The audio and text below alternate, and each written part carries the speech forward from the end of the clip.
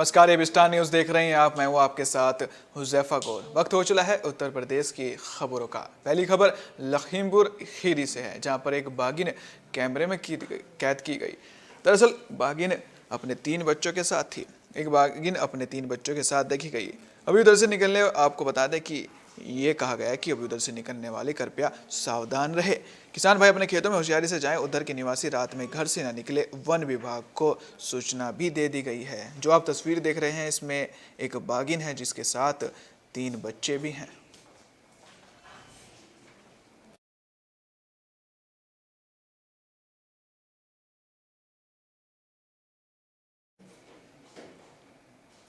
विधानसभा चुनाव को लेकर आपने भी कमर कस ली है। आम आदमी पार्टी ने बीजेपी सरकार पर निशाना साधा है।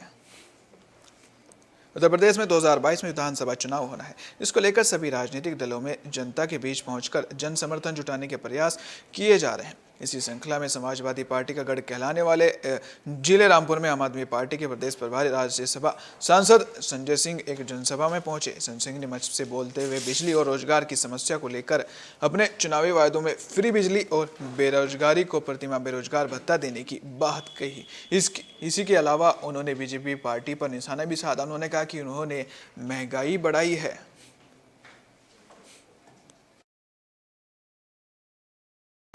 एक ऐसी सरकार उत्तर प्रदेश में चल रही है, जब भी मैं कोई इनका घोटाला खोलता हूं, मेरे ऊपर मुकदमा लिख देते हैं। बाबा जी ने 21 मुकदमा किया, मेरे ऊपर 21 मुकदमा, और राष्ट्रद्रोह का मुकदमा अलग लगा दिया। 21 मुकदमा लगाया, पार्टी का दफ्तर बंद करा दिया, घर पे पुलिस वालों को भेज दिया। बोले संजय सिंह कहां है, उसको पकड़ना है। मैं दूसरे दिन विधानसभा के अंदर पहुंच गया। मैंने कहा बाबा जी मैं यहां हूं, मुझे पकड़ के दिखाओ। करो अंदर, मुझे जेल में डालो। ये आम आदमी पार्टी का कार्यकर्ता है। यदि सर पे टोपी लगा के निकलता है तो बड़े बड़े जालिमों से टक्कर लेने का हौसला रखता है। तुम्हारे खबर उन्नाव की है, जहां सड़क निर्माण में धांधली का मामला सामने आया है। आपको बता दें कि सीडीओ ने जांच के बाद कार्रवाई के आदेश दिए हैं। विकासखंड के गांव मकूर की बन रही गुणवत्ताविहीन सड़क का निरीक्षण करने पहुंचे मुख्य विकास अधिकारी ने जांच कर कार्रवाई के आदेश दिए हैं। इसके साथ ही वहां पर गौशाला और आंगनवाड़ी केंद्र का निरीक्षण करके जो भी इसमें दोषी है उनके विरुद्ध कार्रवाई भी की जाएगी। ये सीडीओ ने आश्वासन भी दिया है। माननीय सांसद जी के द्वारा एक शिकायती पत्र मुझे और जिलाधिकारी महोदय को दिया गया था। उस संबंध में रोड की गुणवत्ता की जांच की गई है। साथ ही तमाम क्षेत्रवासियों के द्वारा मकूर जो गांव है जहां पर मैं इस समय खड़ा हूं, यहां की गौशाला और आंगनवाड़ी केंद्र की शिकायतें थी, उसका भी आज ही स्थलीय परीक्षण किया गया है। साथ ही जो मोहान अजगैन रोड है, इसकी भी गुणवत्ता की जाँच की गई है। यह गड्ढा मुक्ति अभियान में शामिल था, संबंधित PWD के अधिकारी ने बताया भी है आज मौके पर। किंतु क्षेत्रवासियों ने जो मौके पर बयान दिए हैं उसके विपरीत है। इस संबंध में जो भी विभागीय कार्रवाई होगी वह संस्तुत की जाएगी।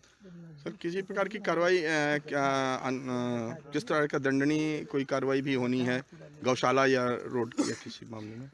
गौशाला के रखरखाव से संबंधित जो भी नियम कानून बने हुए हैं उनके विपरीत यहाँ पर मानक के विपरीत कार्य पाए गए हैं, उनको संबंधित धाराओं में मुकदमा दर्ज किया जाएगा। उन्नाव में एक रिश्वतखोरी बाबू एंटी करप्शन टीम के हत्थे चढ़ गया।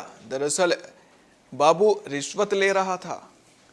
खबर उन्नाव से है। एंटी करप्शन टीम ने रिश्वत लेते हुए बाबू को रंगे हाथ पकड़ लिया। बाबू ने ड्यूटी ज्वाइन करवाने व चिकित्सा अवकाश का निस्तारण करवाने के लिए 5,000 रुपये रिश्वत की मांग की थी। रिश्वत देते समय एंटी करप्शन टीम ने बाबू को रंगे हाथ पकड़ लिया।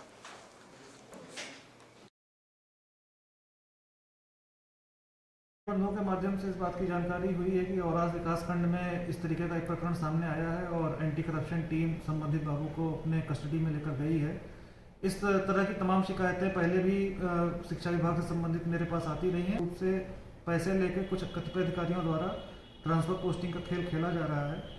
मैं इस संदर्भ में सिर्फ इतना ही अवगत कराना चाहूँगा कि आदरणीय जिलाधिकारी महोदय के स्पष्ट निर्देश हैं, किसी भी विभाग में किसी भी स्तर पर कोई भी ट्रांसफर पोस्टिंग का खेल नहीं खेला जाएगा। पारदर्शी प्रक्रिया होगी। किसी भी प्रकार का राजनीतिक दबाव में कोई ट्रांसफर पोस्टिंग नहीं की जाएगी। किंतु अगर इस तरीके की कोई भी शिकायत पाई जा रही है और उस पर एंटी करप्शन की टीम ने कार्रवाई की है तो मैं बीएसए को तलब करके और विभागीय कार्रवाई की संस्तुति आज शाम तक करूँगा। लखनऊ की एसपी टीम ने जनपद उन्नाव में एक भ्रष्ट लोक सेवक को पकड़ा है और उसे रंगे हाथ गिरफ्तार किया है 5,000 रुपये लेते हुए। लोक सेवक शिक्षा विभाग में कार्यरत था, वहाँ पे असिस्टेंट के रूप में कार्य कर रहा था। हमें एक असिस्टेंट टीचर ने शिकायत की उसकी ज्वाइनिंग के लिए और जो चिकित्सीय अवकाश है, मेडिकल लीव है, उसको अनुमोदन कराने के लिए उसके एवज में ये पैसे मांग रहा था। हमने एक टीम बनाई, टीम ने आज उसे रंगे हाथ पकड़ लिया है। He has been arrested. इसके बाद इसको जेल भेजा जाएगा। सुसंगत धाराओं में मुकदमा दर्ज कराया जा रहा है। इसके अलावा इसमें और भी कुछ संलिप्तता होती है किसी अधिकारी की जो हमारे संज्ञान में आएगी, तो विवेचना में उसी के अनुरूप कार्रवाई की जाएगी।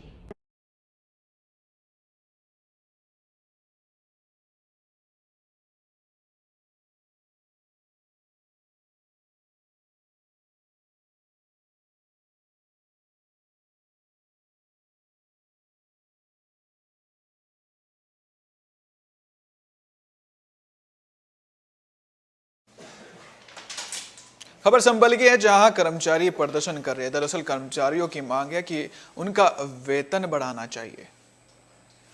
आपको बता दें कि जितने भी स्वच्छता मिशन को लेकर कर्मी हैं, उनकी मांग है कि उनके वेतन को बढ़ाया जाना चाहिए। 7 वर्षों से उनका कहना है कि 7 वर्षों से हमारे वेतन में बढ़ोतरी नहीं हुई है। इसी के लिए वो अपना प्रदर्शन कर रहे हैं। साथ ही उनकी मांग है कि हमारा वेतन बढ़ाना चाहिए।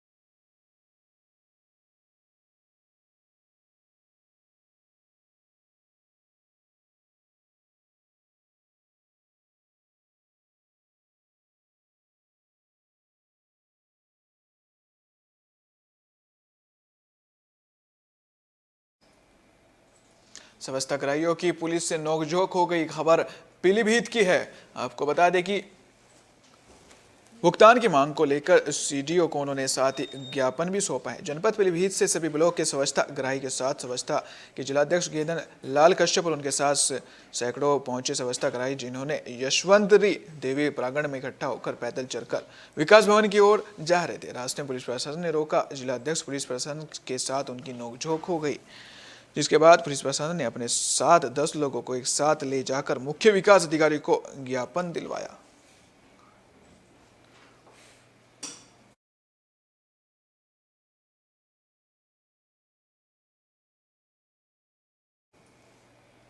खबर कन्नौज की है, जहां एक महिला ने अपने ही वकील के ऊपर आरोप लगाया है। महिला का कहना है कि उसके साथ मारपीट की गई है। कन्नौज जिले के तिरवार कोतवाली क्षेत्र के शास्त्री नगर मोहल्ला की रहने वाली एक महिला अपने परिजनों के साथ दोबारा अपने ही वकील के खिलाफ कलेक्ट्रेट में धरने पर बैठी है। पीड़िता ने आरोप लगाया कि करीब 3.5 माह पहले न्यायालय परिसर में मुकदमा की फाइल वापस मांगने पर अधिवक्ता ने चैम्बर में उसके पिता व भाई के साथ मारपीट की थी।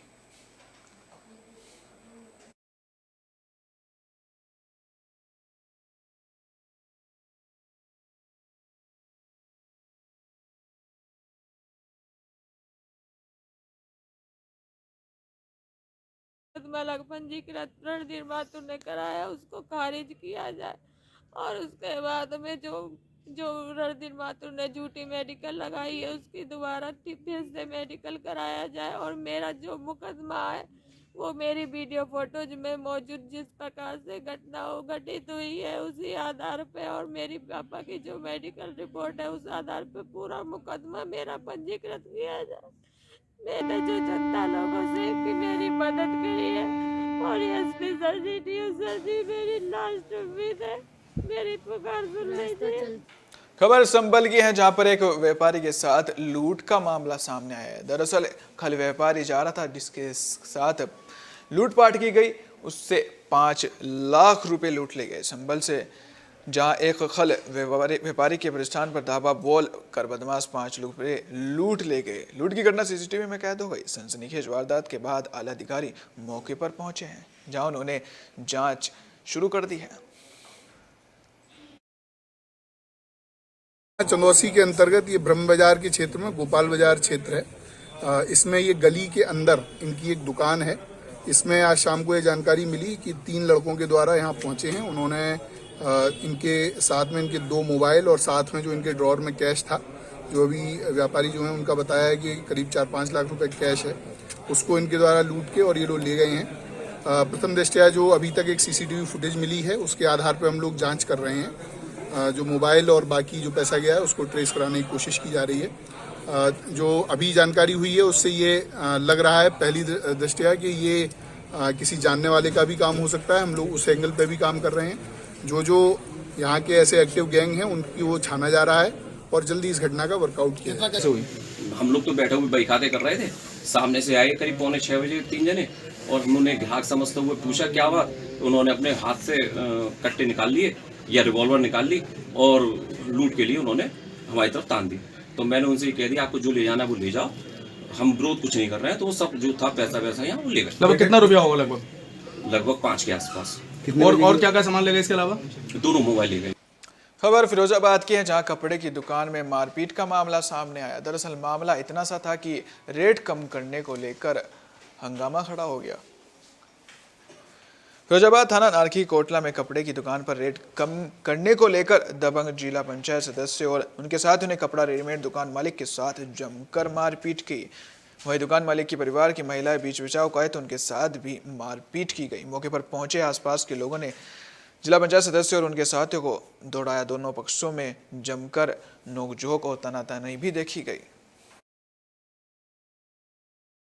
उनका भाई और उनके साथ में तमाम लोग थे। तो दुकान पे विवाद हुआ था, वो मतलब सामान लेने के लिए पैसे के पीछे लेन देन के चक्कर में। तो हमारा पड़ता नहीं आ रहा, हमने उनसे ये बोला कि नहीं हमारा पड़ता नहीं है, हम नहीं दे पाएंगे। तो ज़बरदस्ती वो सामान वहाँ से छीन के ले गए हमसे।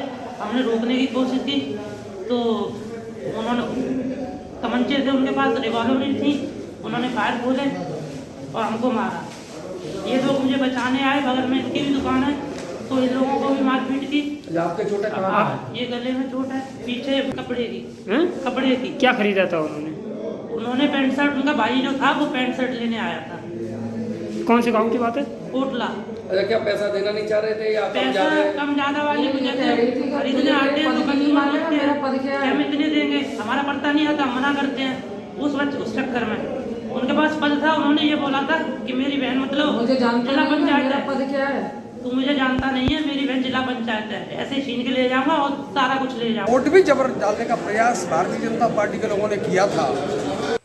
खबर फर्रुखाबाद की है, जहां पर एक युवक ने आत्मदाह करने की कोशिश की। साथ ही युवक ने चौकी इंचार्ज पर गंभीर आरोप भी लगाए हैं। आपको बता दें कि दबंगों व चौकी इंचार्ज से परेशान होकर युवक ने आत्महत्या करने का प्रयास किया। युवक ने चौकी इंचार्ज से परेशान होकर चाकू से हाथ काटने की कोशिश की।